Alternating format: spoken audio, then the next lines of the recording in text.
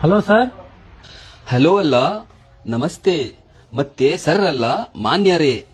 ಯಾಕಂದರೆ ನಾನು ಕನ್ನಡಕ್ಕಾಗಿ ಒಂದನ್ನು ಒತ್ತಿದ್ದೀನಿ. ಓ ಸಾರಿ ಸರ್, ನಿಮ್ದು ಏನ್ ಕಂಪ್ಲೇಂಟ್ ಹೇಳಿ. ಸಾರಿ ಅಲ್ಲ, ಕ್ಷಮಿಸಿ. ಮತ್ತೆ ಕಂಪ್ಲೇಂಟ್ ಅಲ್ಲ, ಆರೋಪ.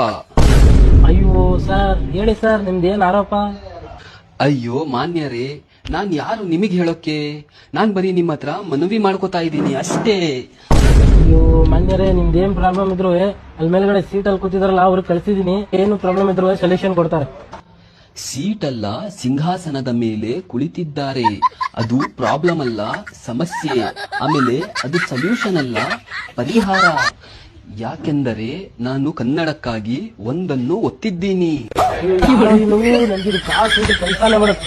ನನಗನ್ಸುತ್ತೆ ನನ್ನ ಕನ್ನಡದಿಂದ ನಿಮ್ಮ ಮನಸ್ಸಿಗೆ ಹಾಗೂ ನಿಮ್ಮ ಮೆದುಳಿಗೆ ತುಂಬಾ ಆಳವಾದ ಸೆಟ್ಟು ಬಿದ್ದಿದೆ.